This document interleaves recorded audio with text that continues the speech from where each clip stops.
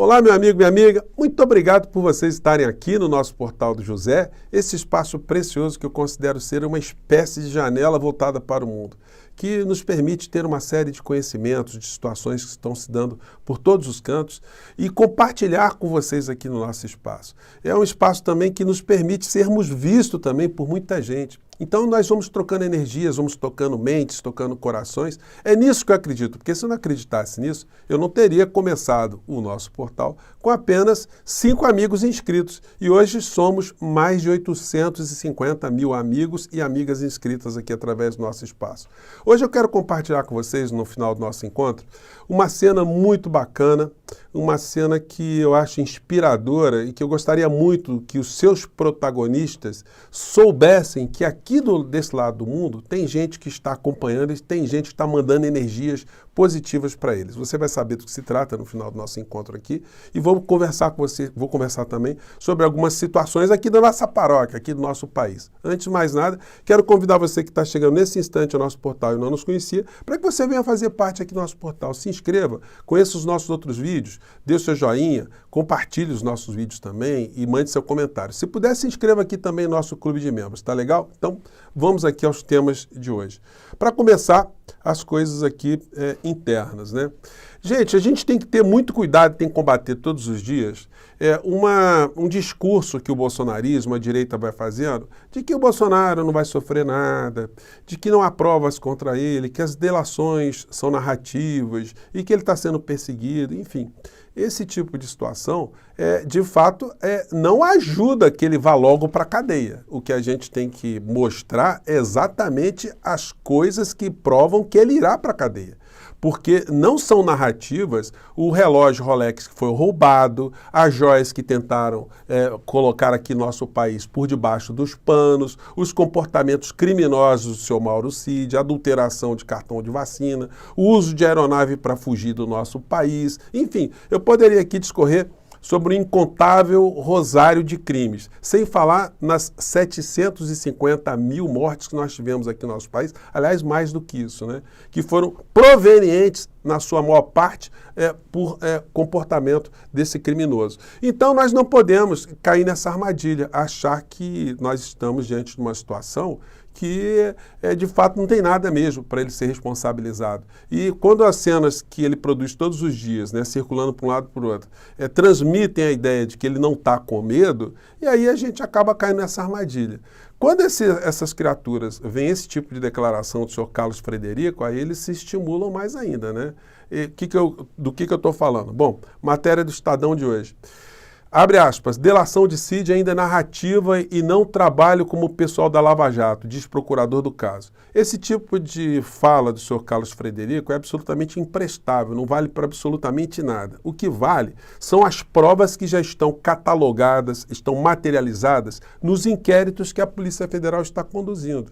Então, não adianta esse tipo de discurso que faz coro ao bolsonarismo, porque o que vai valer mesmo será a nova direção da Procuradoria-Geral da República, que nós temos cobrado sempre aqui, que o presidente da República nomeie alguém com pulso firme, que consiga enxergar os crimes que foram cometidos dentro da Procuradoria-Geral da República para acobertar outros criminosos e que coloque essas filas para andar como elas têm que ser conduzidas mesmo, né? Bom, outras situações estão se dando longe dos olhares da sociedade de uma maneira geral, que vai pegar mais esses bolsonaristas aí, um lote grande. Matéria do Estadão diz, TSE pode atrapalhar a articulação de Bolsonaro nas 3 principais capitais. Essa matéria aqui nos dá conta que tem 48 bolsonaristas, deputados, senadores, que estão sendo processados junto ao Tribunal Superior Eleitoral para sofrerem, ao final da história, a mesma inelegibilidade que o seu mentor, o seu guia, né, o Bolsonaro. Ele continua. Então, gente, as coisas estão mais complicadas do que a tranquilidade que essa gente está querendo mostrar para a gente em sentido inverso, né? A fila está andando. E ele só faz uma coisa na vida, tentar tumultuar a vida do Brasil. Ele constituiu ali um grupo, né, de senadores que estão sendo considerados fiéis a ele, para simplesmente atrapalhar as iniciativas do governo atual, governo Lula. A matéria diz: inelegível, mas em campo. Bolsonaro mira Senado para desgastar Lula, mantém 24 nomes fiéis na casa e tenta aumentar a bancada. Por isso que ele tem que ir logo para a cadeia. E a gente tem que, como eu digo a vocês, cobrar que essa verdade, que isso aconteça. Gente, por mais que os bolsonaristas fiquem dizendo, né, não tem nada, enfim, que nós sabemos que não é isso, os fatos vão em sentido contrário, ele, no final da história, é o grande autor intelectual, sobretudo daquilo que a gente viu nos meses de dezembro e janeiro aqui no nosso país. Ele não vai poder escapar dessa história. Não tem como prender uma multidão de pessoas e ele aparecer ali com uma freira inocente no meio dessa história toda. Não sabia de nada. Não. Existem vários julgados aqui no Brasil que mostram que a autoria intelectual se dá por uma forma chamada teoria do domínio do fato. Quem é que dominava mais o fato? Se ele tivesse chamado as pessoas para não fazer aquilo que elas fizeram, nada disso teria acontecido. Estou apenas levantando aqui uma questão que a gente certamente vai debater em outros momentos aqui, tá? Então, vamos tocar o barco aqui. Entrando aqui nos assuntos internacionais. Gente, é impossível a gente não tocar nos assuntos que envolvem, né, o conflito no Oriente Médio. Um verdadeiro massacre, um verdadeiro genocídio, a gente pode dar o nome que quiser, extermínio, enfim. Mas são situações inaceitáveis. Não dá para a gente, ao tomar conhecimento, não compartilhar algumas situações, não chamar a crítica sobre essas situações e não alertar também, né, ao máximo de pessoas que a gente puder pelas redes sociais dos crimes que estão sendo cometidos. Eu vi uma entrevista hoje do Michael Moore, cineasta norte-americano, e no começo da entrevista, quando ele está abordando também o que está acontecendo lá na região do Oriente Médio, Israel, Palestina, faixa de Gaza, ele abriu a fala dele se solidarizando com as vítimas de Israel, que foram cenas que chocaram a todos nós. Quem é que não ficou sentidos em saber que jovens foram mortos naquelas circunstâncias? Enfim, aqueles crimes que foram bárbaros mesmo. Mas não dá para a gente pegar esse acontecimento dramático para justificar que situações absolutamente mais desumanas sejam perpetradas em nome daqueles que sofreram aquelas barbaridades. A gente não pode aceitar isso como uma coisa normal.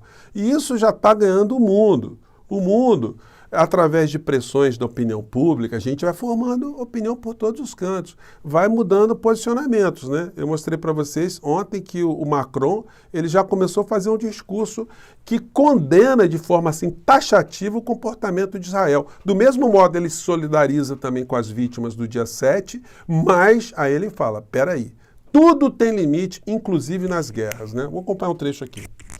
O presidente francês Emmanuel Macron instou Israel a parar os bombardeios que matam civis na faixa de Gaza em uma entrevista transmitida pela rede britânica BBC nesta sexta-feira. Macron afirmou que compartilha a dor de Israel e o desejo de se livrar dos terroristas, mas que não há justificativa para os bombardeios que tiram as vidas de bebês, mulheres e idosos no enclave palestino. Perguntado sobre uma suposta violação do direito internacional por parte de Israel, Macron destacou que não é um juiz, mas sim um chefe de Estado. O mandatário... Bom, gente, os recados estão sendo dados, tá? De maneiras diretas ou indiretas. Até mesmo o aliado principal de Israel, que tem interesse estratégico, os Estados Unidos, eles estão já sentindo a mobilização, a influência da opinião pública. A matéria diz que Israel ataca a área de hospitais em Gaza e Estados Unidos criticam mortes de civis. Outra matéria aqui, um outro jornal, que fala também na mesma direção. Blinken, já morreram palestinos demais. Então, gente, não dá para aceitar o que está acontecendo, não dá para as pessoas fingirem que o massacre não está acontecendo. Agora, isso também alerta a todos nós de uma situação muito ruim, né? Que os países ditos como civilizados, há mais de 30 dias depois disso tudo está acontecendo, só agora que começam lentamente a protestarem contra esse tipo de massacre que está acontecendo ali. Eu mostrei para vocês que o canal da BBC de Londres, eles levantaram, fizeram uma matéria de uma situação que é a coisa mais inimaginável do planeta. É a classificação, uma estatística, né, um rol que está se fazendo lá em Gaza, de crianças que são sobreviventes de famílias que morreram. As crianças ficam absolutamente solitárias, sem nenhum tipo de apoio. E aí eu vi num outro canal, gente, uma situação. Olha, eu vou falar para vocês, estou falando aqui para vocês agora mais calminho, mas o que eu chorei não está escrito no gibi nesses últimos dias, vendo algumas situações aqui que eu acho que não é legal compartilhar, mas eu acho que é muito importante a gente falar das situações e alertar, né? E aí uma coisa que foi dita assim de uma maneira muito rápida numa matéria que eu vi foi o seguinte: um cidadão palestino, ele perdeu os filhos num desses bombardeios e ele estava como voluntário dentro do hospital, justamente cuidando de uma criança que perdeu todos os seus parentes, uma criança novinha, recém-nascida. Então, todo dia ele vai com a criança para cima e para baixo, que ele não sabe o nome, não sabe quem é essa criança, e todo dia ele vai cuidar da criança, ele vai trocar a criança, vai dar comida para a criança, enfim, todo dia ele está fazendo isso. Então, gente, são situações assim que a gente nunca teria condição de imaginar que poderia acontecer no mundo, sobretudo envolvendo nações ditas civilizadas, né? Israel, gente, não está sendo governado por um ser humano, como eu digo para vocês, né? Agora entrou o comercial e, como vocês sabem, aqui nosso programa não tem edição, então vamos passar aqui para frente. Bom, eu ia mostrar a matéria, mas ia ficar comercial aqui, não dá, né? Eu seleciono para outro dia aqui. Bom, essa aqui foi a matéria que eu vi da TV Al Jazeera, entrevistando o cineasta norte-americano, o Michael Moore, né? Ele falou coisas nessa entrevista muito interessantes, tá? Que eu vou compartilhar com vocês. Ele lembrou o seguinte, que o Biden, que está apoiando essa história toda, ele não se dá com o Netanyahu. O Netanyahu é um cara de extrema direita, seria muito mais ligado ao Trump do que ao Biden. Mas ele também reforça que os Estados Unidos têm uma base, ter o Israel ali, naquela região bem armada, ter quase um porta-aviões, uma estrutura militar para garantir os interesses econômicos, energéticos dos Estados Unidos naquela região. Daí a gente tem essa conexão que pode parecer uma conexão ética, mas não, ela é geopolítica, ela é estratégica. Isso foi dito, enfim. Então não há amor entre o Netanyahu e o Joe Biden, não. A situação ali vai numa outra direção, né? E aí, gente, eu queria, nessa parte aqui do nosso programa, compartilhar aqui com vocês uma cena, tá? Já digo para vocês, tá? Não tem nenhuma morte aqui, não tem nenhum tiro, não tem nada, não. Tem um salvamento.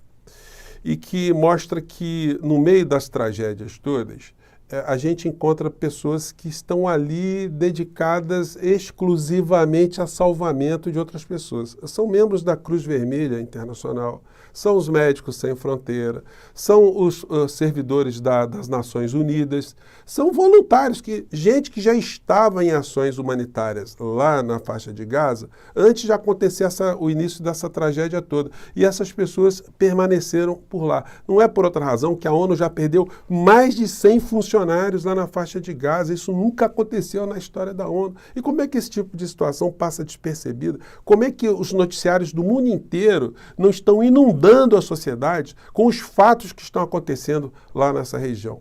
Essa aqui, gente, é uma cena de um voluntário que conseguiu entrar ali no meio dos escombros e conseguiu tirar um menino, né? O que eu acho super legal é que a felicidade dos socorristas quando eles conseguem salvar uma vida de uma criança, né? O menino sai ali nessa situação, o menino sai assustado, perdido. E por que muitas crianças estão conseguindo escapar? Porque elas são menores, né? Os adultos às vezes ficam presos ali em situações, as crianças conseguem ser retiradas por frestas, né? E aí, gente, uma que eu chorei pra caramba, tá? Tenho que confessar com vocês, eu até baixar o áudio aqui. Foi essa menininha que foi encontrada, ela foi, já vou antecipando para vocês, tá? Foi salva, sem nenhuma lesão aparente, né? Mas o que é mais bacana no meio dessa história, enfim, primeiro de tudo, esse milagre, né? Essa menininha tá ali no meio do coisa. O socorrista coloca a mão na cabeça, aí de repente, quando ele consegue tirar a menina, Gente, é uma euforia. Aí que eu não aguentei, aí que eu chorei mesmo, né? Como eu já vi várias vezes, agora eu não vou chorar não. Mas vamos acompanhar isso aqui. O socorrista consegue tirar a menininha e aí a alegria total, né? Vamos lá.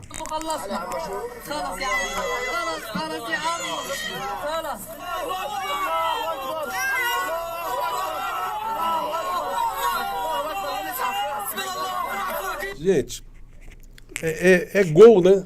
É gol, é o golaço, né? Conseguiram salvar a criança. Gente, se a gente não vê isso, se a gente não compartilha, a gente não consegue fazer com que a opinião pública vá circulando e vá protestando e vá alertando dessas coisas que estão acontecendo, né?